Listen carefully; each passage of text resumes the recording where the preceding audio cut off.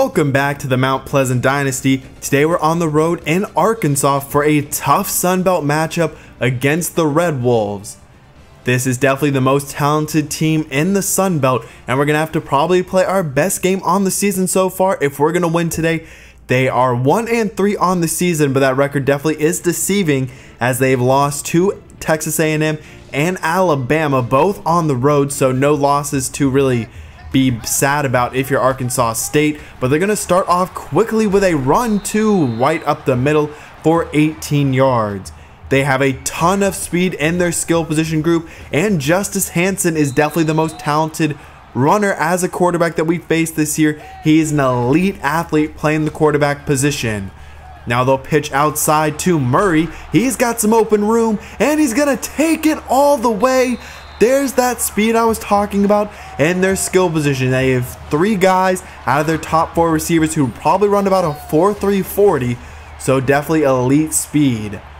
Now number 3 UCLA stays at 6-1 with a win against Oregon and will maybe move up in the polls, but Jonathan Gibbs misses that pass right there. So it'll be 3rd down and 9 early on. Definitely don't want to put our defense back onto the field. Throw outside, and 4 defenders there knocked away. So it is a stop for Arkansas State. Our defense is probably going to have to play their best game of the season if we want to stay in today's game, as that is nearly intercepted by Terrell Byers.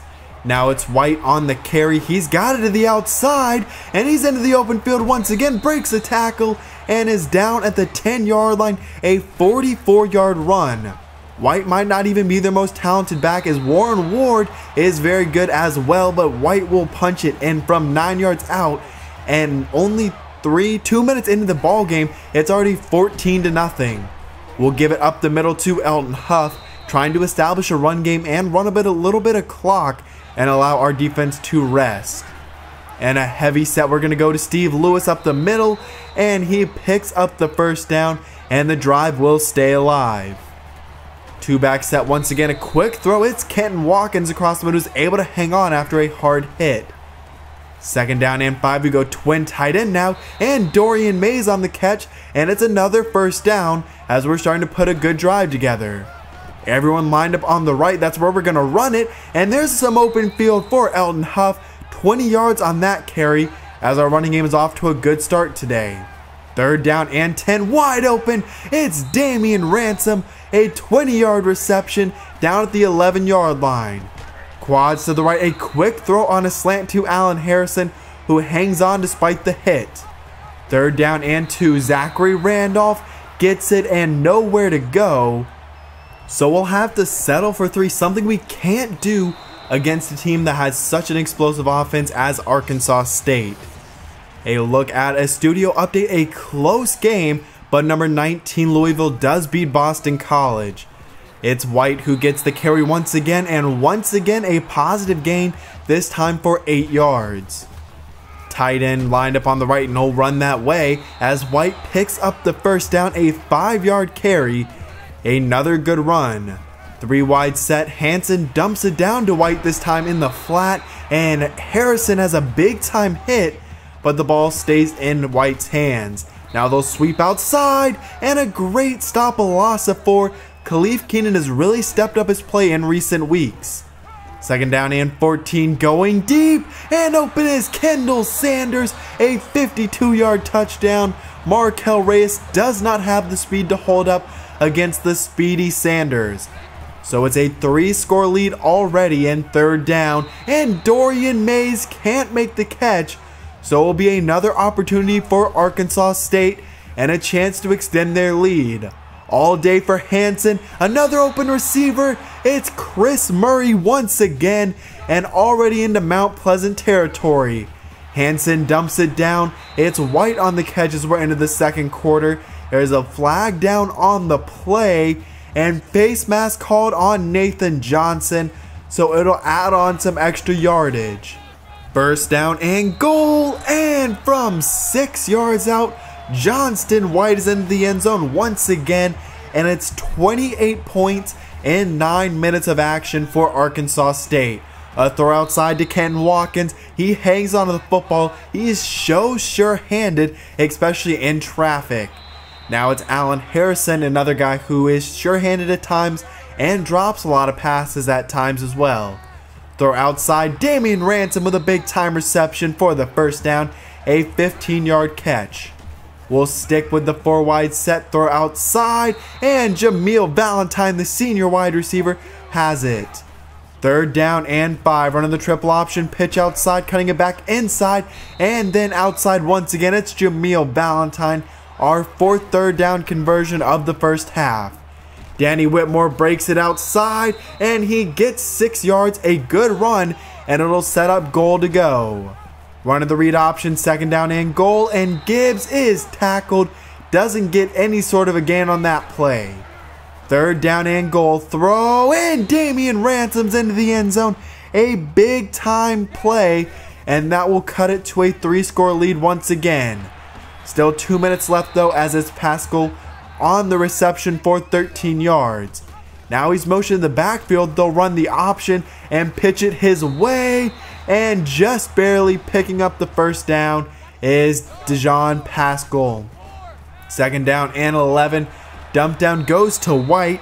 He's got it for 14 yards, and it's another good drive for Arkansas State's offense. Hansen lobs outside, gets a good block, and the biggest receiver in their receiving core has it to the 20-yard line.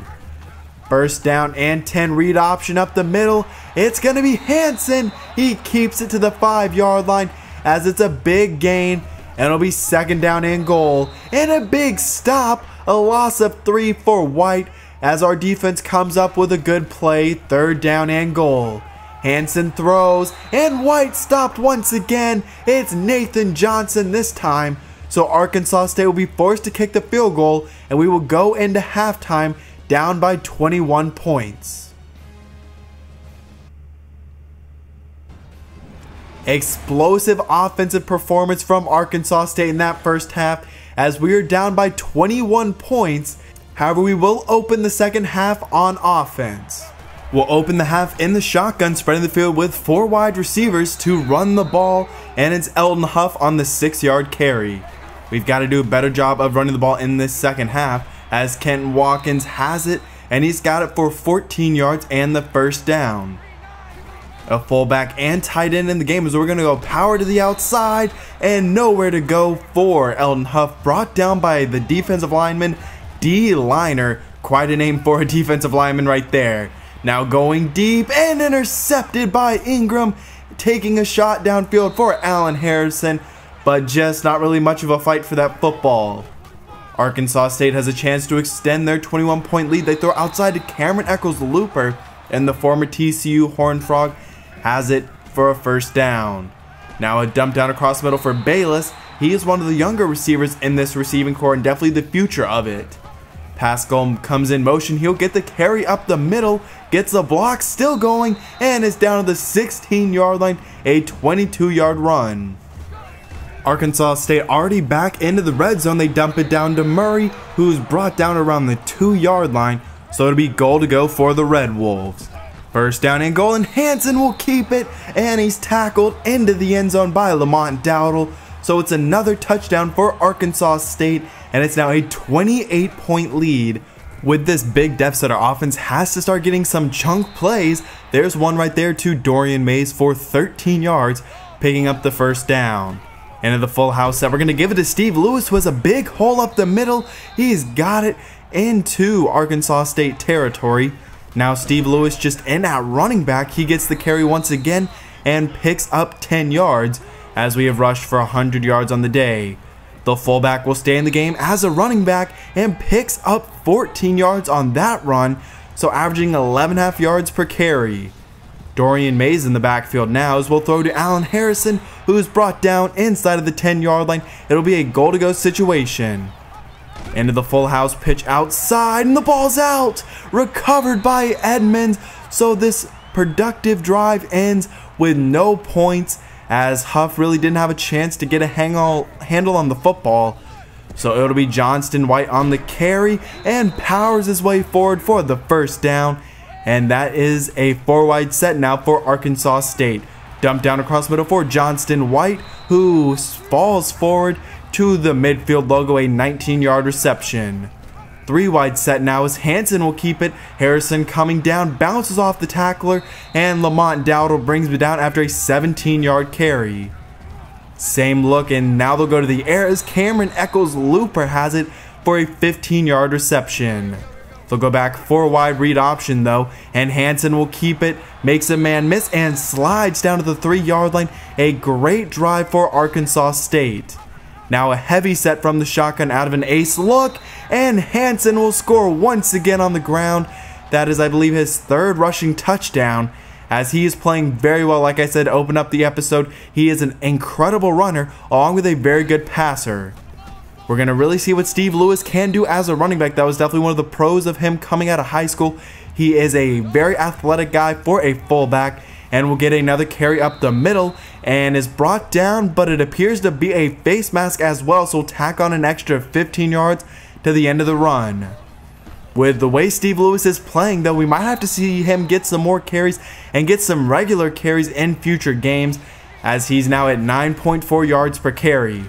Throw across the middle and into a tight window on 3rd down. It's Allen Harrison for the 6-yard reception.